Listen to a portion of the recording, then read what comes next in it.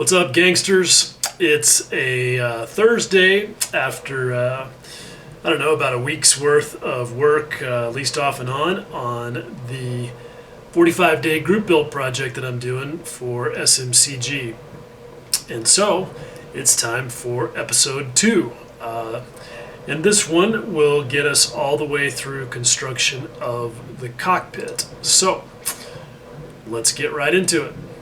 Okay, so getting right into the first part of construction on my 45-day Sabre. And the first thing I'm dealing with is I just kind of arbitrarily decided to handle the foot pedals because that was a sort of low-hanging fruit. And more importantly, that photo etch piece needs to be on there before I prime. So, same thing here. If you look at those parts PE36 and 35, those come off of the brass photo etch sheet and they need to be in place on the cockpit floor before I spray primer. So this was a good time to just say a couple of things about tools and the way I do stuff. I generally like to use my Xuron photo etch shears for cutting photo etch off of the fret. These things are fantastic. They're basically super sharp little scissors that cut little thin pieces of sheet metal like a boss.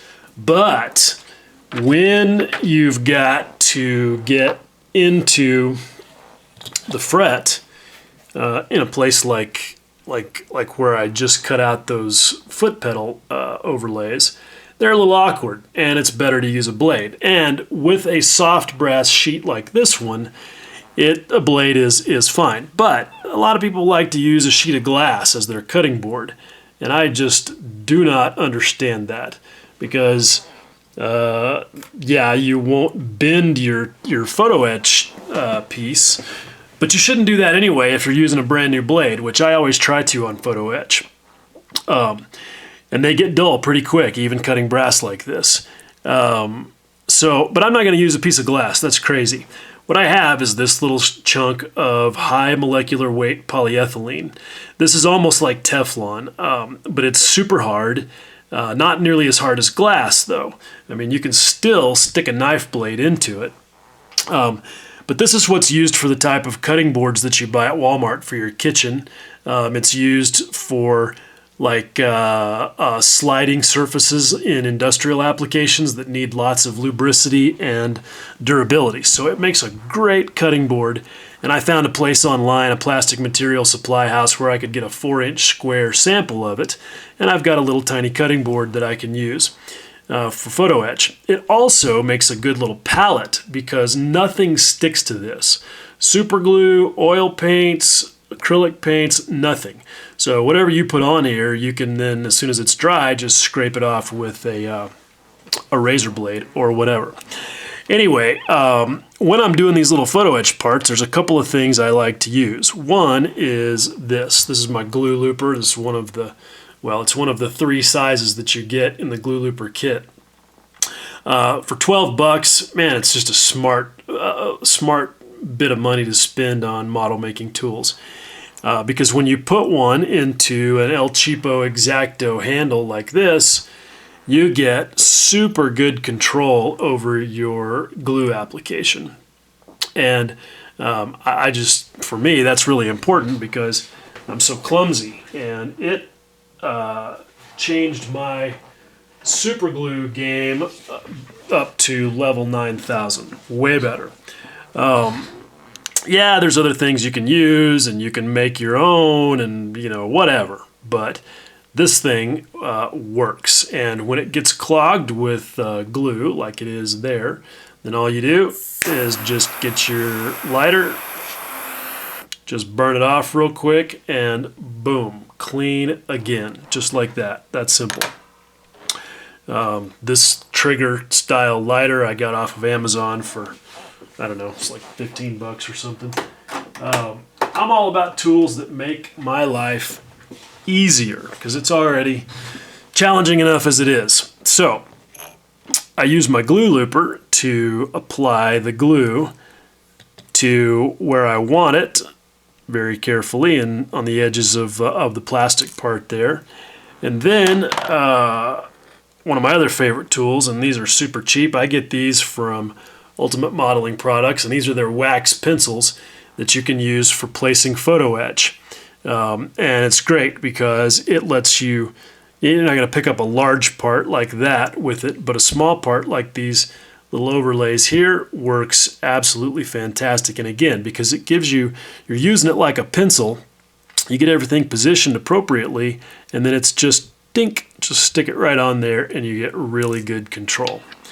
Now, the next thing is these little photo etch boxes or whatever they are. Now, this is a case where Eduard really does you a solid because I don't have one of those fancy photo etch benders. There's probably one in my future, but you don't really need one for parts like this because Eduard does a really good job of creating this thing so that it basically bends itself. Okay, if you look, you can see that it's got these cheat lines etched into it, and if you watch, you'll see that the thing will bend perfectly just by using those. No problem, no drama. And you don't have to try and figure out how to, you know, which part of the little bender thing to use. You just got to eyeball it and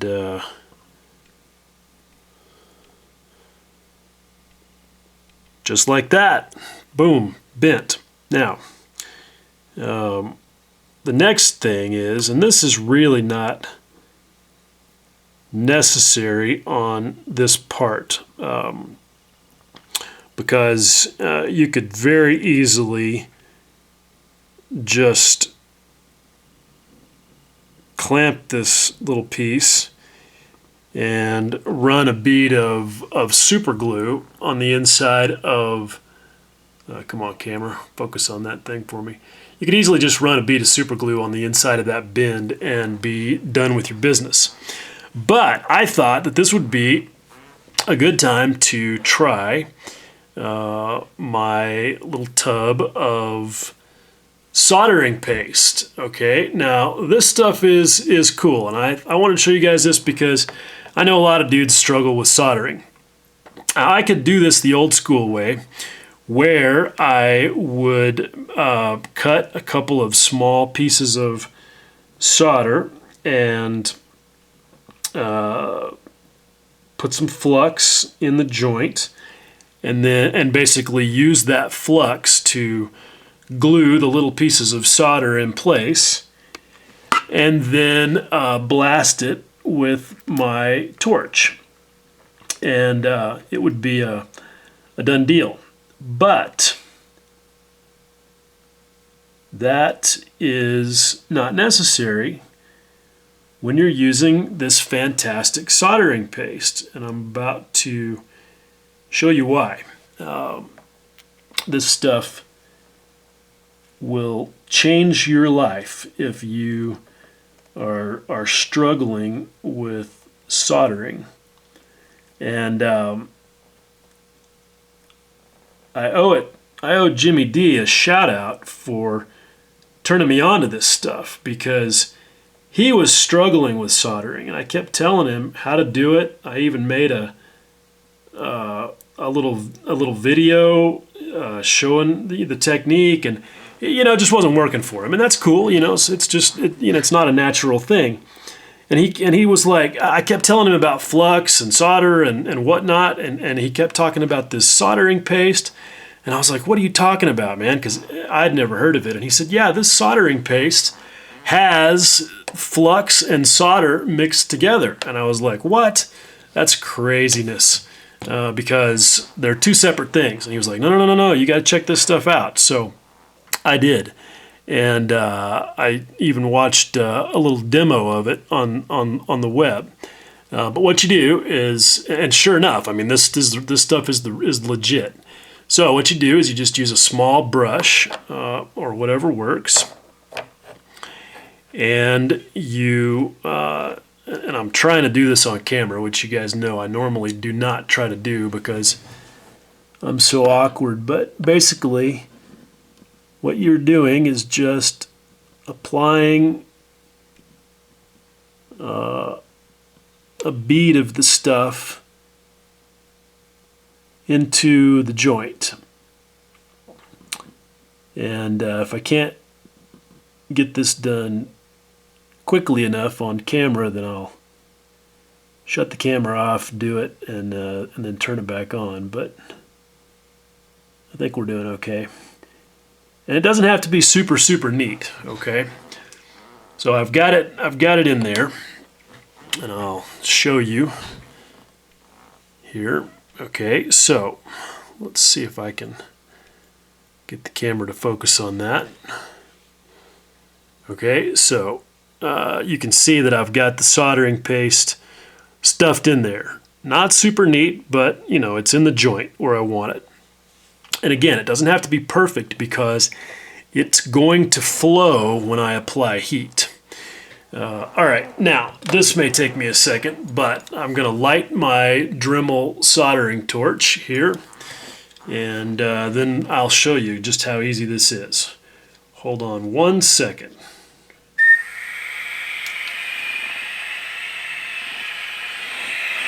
Okay, torch lit. Now, again, because of my clumsy hands, I have to be careful with this thing and not drop the 9,000 degree flaming tool into my lap. I'm going to try and zoom this camera in.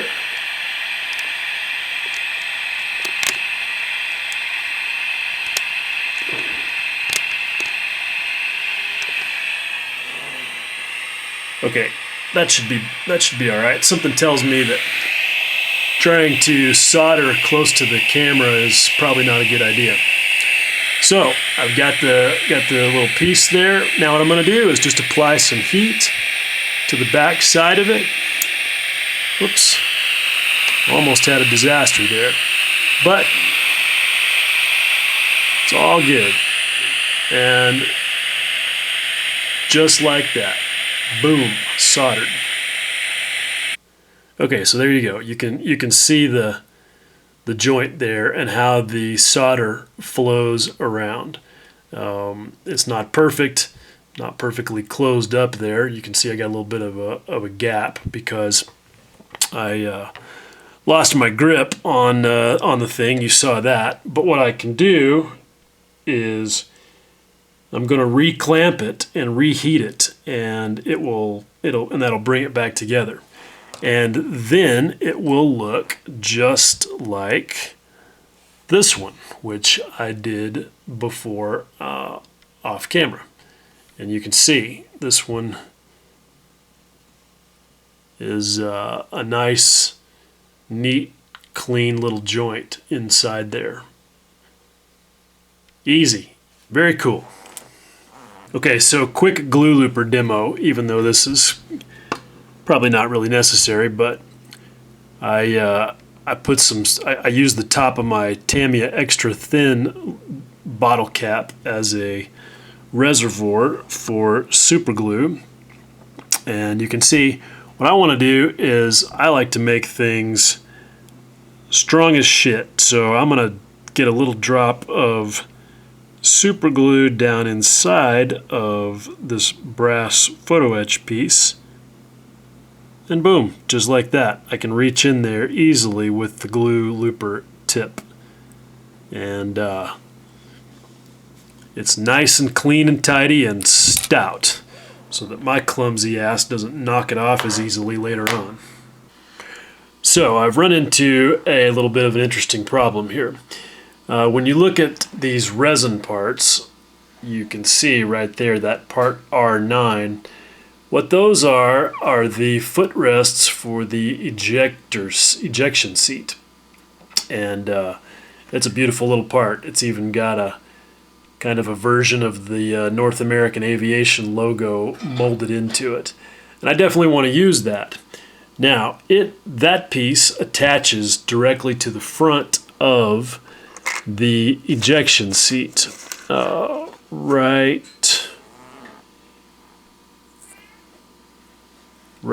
there. You can see there's a little notch on the bottom edge of the seat for it.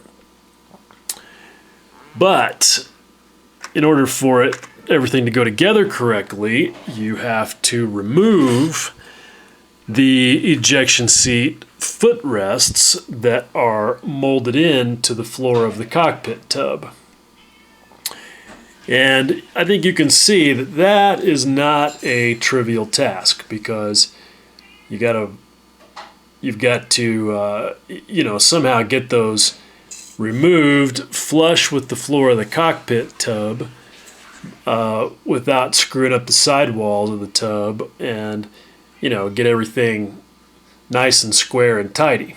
Now, this is the kind of thing where you could dig at it with chisels and X-Acto knives and files and all sorts of things for a long time and maybe get a decent result, at least if you had better dexterity than I do. Or you could spend some time fixturing it and actually do a little bit of a machining operation. So what I have done is I have attached it to these Lego blocks. What I did was just lightly super glued it down there first, and then drilled a hole through the tub and the blocks and just ran a little tiny wood screw in there. So now this should be pretty well fixtured. And what I'm going to do is come over here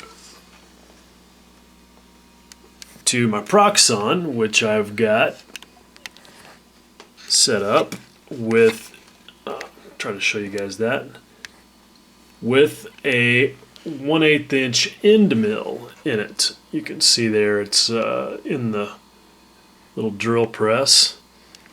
And so what I'm going to do is I'm just going to go in there and I'm going to mill that very carefully and hopefully get a good result. We'll come back and take a look at it here in a minute when I'm done.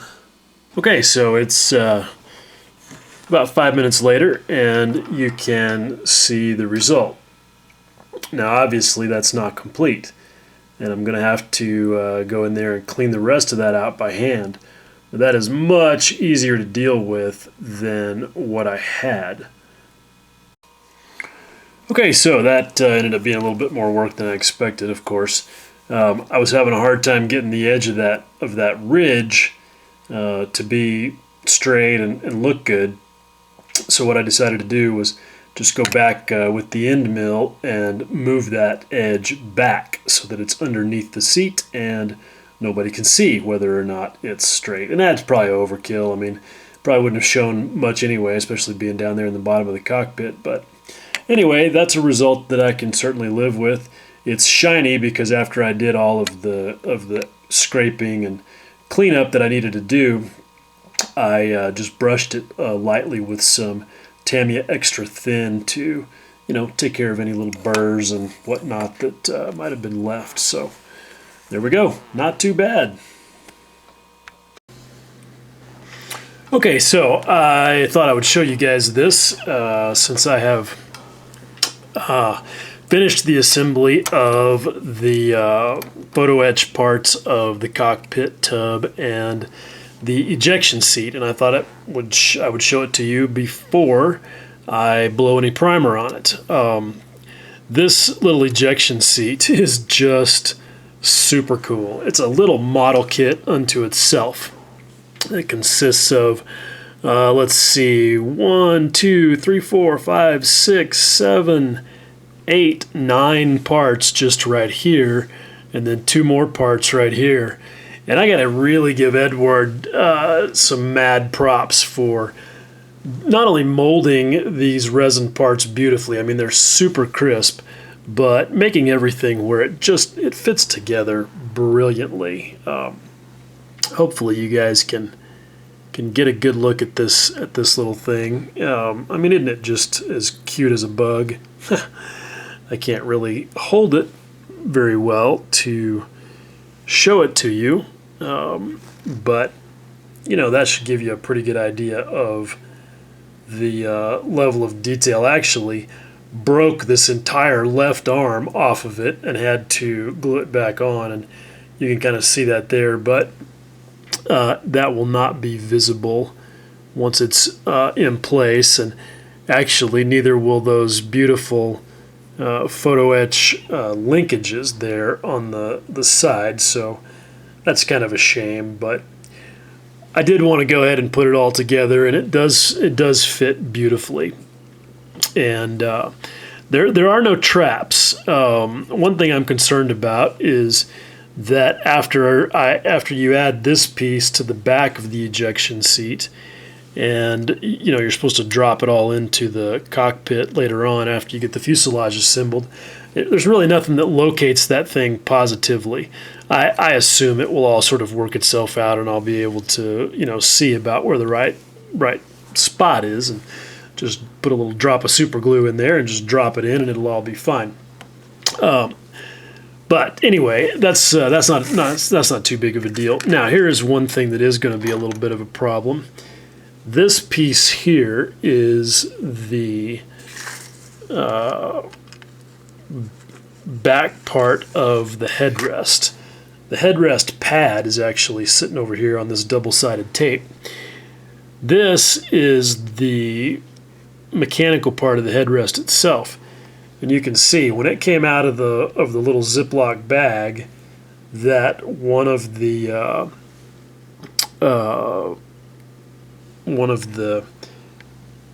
pieces that is supposed to hold it on is missing. Well, it broke off.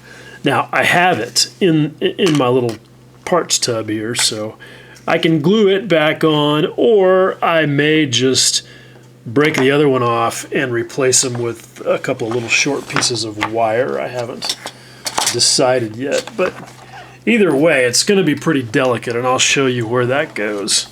That is, you can see right here, you can see this piece with those 2 little stubs sticking out glues against this back portion of the ejector seat.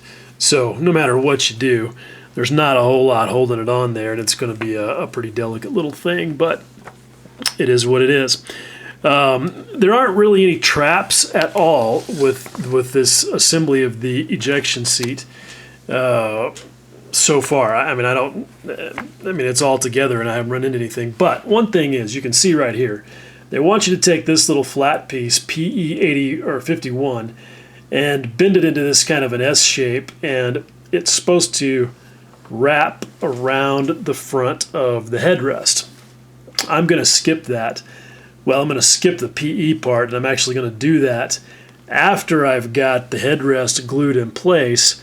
I'm going to replace the PE part with a short length of lead wire, because I think that's probably supposed to be a cable or something anyway, and a little piece of wire will actually be round, and it will look better than a flat piece of brass that's bent to shape, and the lead wire will be much easier to manipulate. So that's the only thing. Next is to blow some primer on these, get them painted up, and install some seat belts. So we'll come back and take a look at it when that's all done.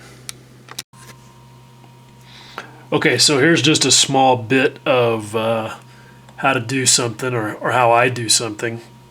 Not necessarily the right way, but we occasionally get guys asking in Scale Modelers Critique Group about using oils.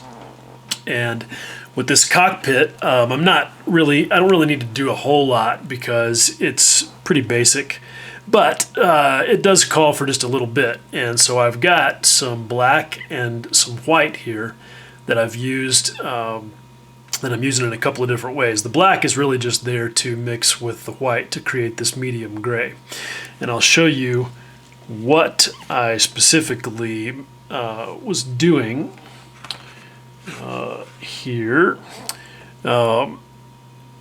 These seat cushions, which actually in the instructions they are called out as being red-brown, kind of like I assume a leather color would be.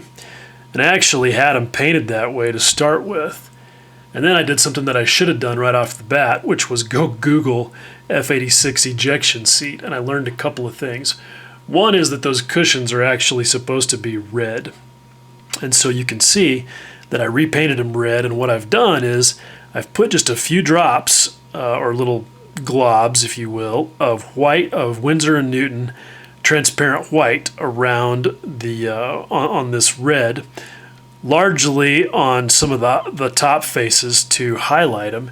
And then I've used a not a huge brush, but a huge for this application brush. Come on, focus up there. Nice soft brush there to blend those in and kind of give the sort of faded out look that I see in the pictures that I looked at on the internet. Whoops. The other thing I discovered was remember this little thing on the side here that I said I didn't want to use the photo etch part for because it was flat and looked goofy, and so I went to the trouble of replacing with that black cable in there. Well, turns out that what that's supposed to be is what I've represented with this piece of silver lead wire. It does not wrap around and attach to the cushion of the seat like the instructions would have you believe. It actually does hang out in space right there like that, because what it is it's the lever for the height adjust to raise the seat up and down. So as you can see, sorry I'm bumping the camera, I've got a slightly better representation of that, and I'm just leaving that black thing there because there actually is something kind of like that too on the real seat. So anyway, there you go. The seat is all nice and done, and I'm not going to bother doing anything to seal in that oil paint work that I did there, because I mean it's fine once it dries. It'll be fine, and especially since it's going to be underneath the bubble of the canopy, there's no real need to. One of the other things about doing these seats is Eduard gives you their photo etch seat belts, which they're not too bad. Some people say they have trouble with the paint cracking on them. I've never had that happen to me, but they can be a little bit unruly. And so, if you've wrestled with them, you'll appreciate this. What I do to get these things to lay down as naturally as possible is the first thing is I use a pair of these self-gripping tweezers to basically clamp one of the belts down to the pan of the seat. And then I wick some super thin cyanoacrylate underneath it to make sure it's glued. And then with it obviously sticking out of the side here, I come around and I bend that into shape, and I hold it in place, and I wick some more CA onto it. And if, as is often the case, it will not stay put, what I will do is I keep a little cup of kicker. This is almost dried out, but this is CA kicker. I just spray some in here, and I use a toothpick. And what I'll do is I'll put the object where I can put some pressure on it. I'll use something to push down on the edge of the seat belt there to hold it in place. Then with my other hand, I'll wick some CA in there, set my glue looper down, get the toothpick out of the tub of kicker, and just kind of wave it around there and maybe touch it real lightly, and that'll instantly set that CA glue and lock that seat belt into place.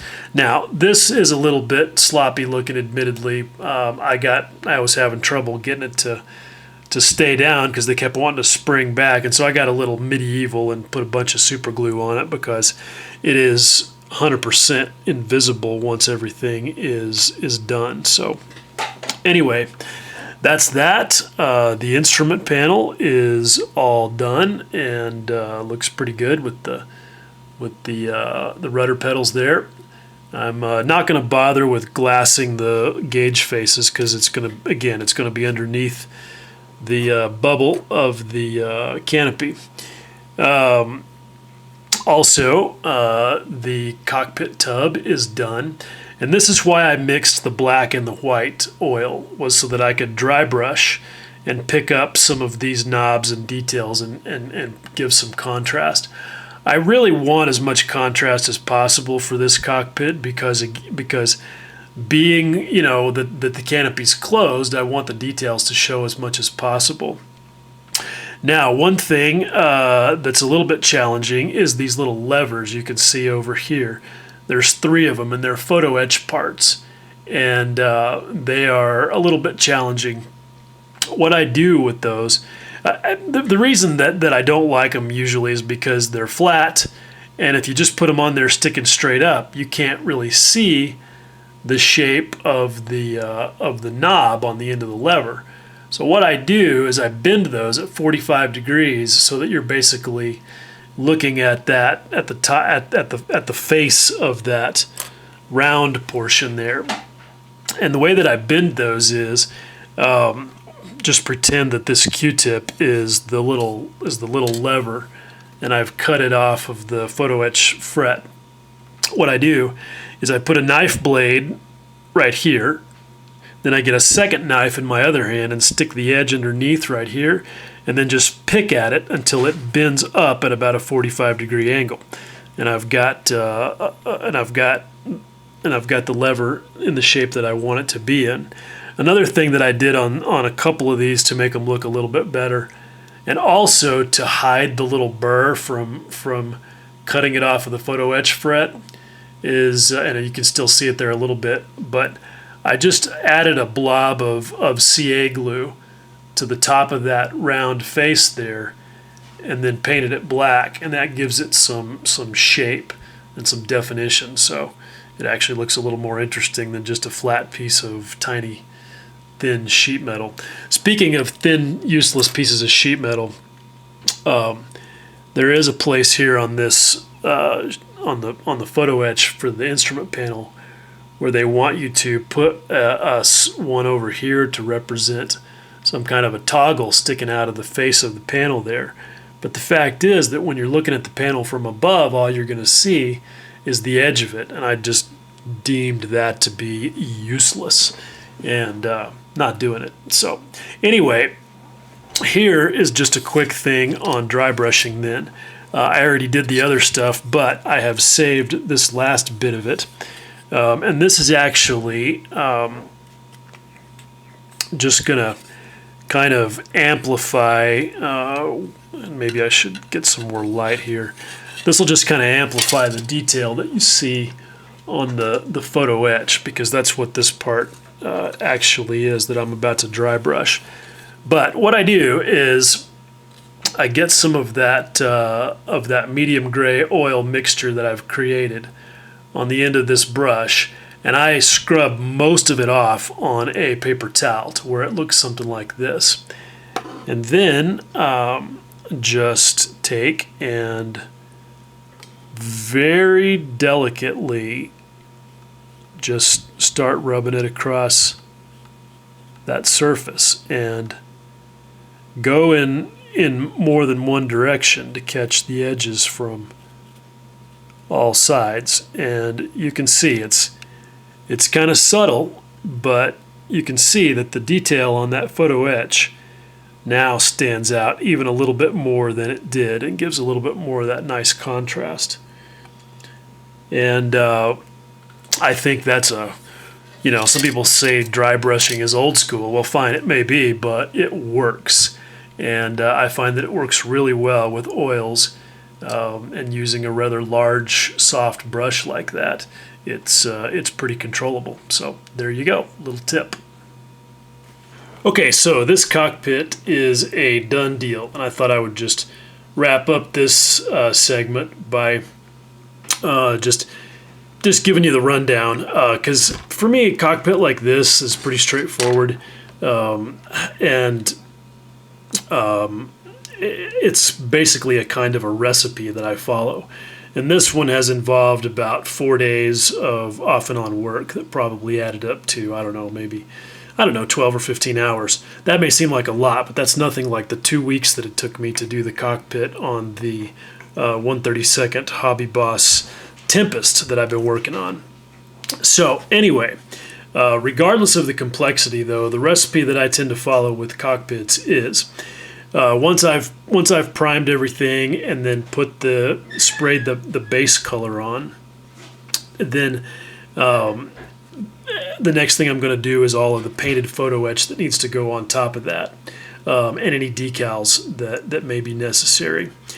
Then what I'm going to do is, you can see just a little bit, it's pretty subtle, but if you look down in the floor there, you can see that there's just a little bit of silver chipping. I did not want to do much weathering on this, but that's just sponge chipping. I just used a little bit of Vallejo metal color, dark aluminum on a sponge where I remove most of it and then just very lightly work that in there to create the chipping. Then the next thing I do is give it a nice solid coat of aqua gloss, because I know that I want this to be a relatively clean look. So I want my washes to hold, to their grooves pretty tight.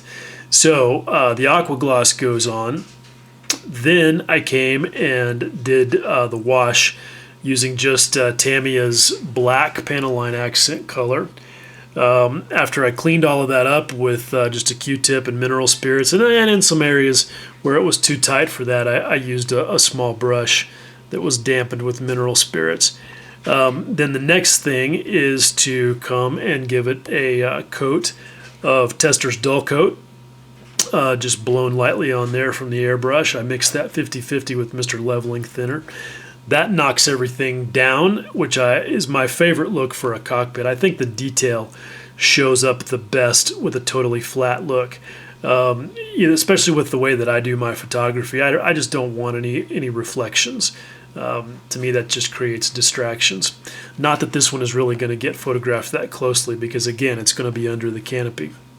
But that's basically it. Then once I have a flat coat, then the last thing that I do, as I was just showing you guys, is come in and do the dry brushing, and any detail work on red knobs, yellow knobs, white knobs, whatever that may be necessary. So that's it. Pretty basic cockpit recipe.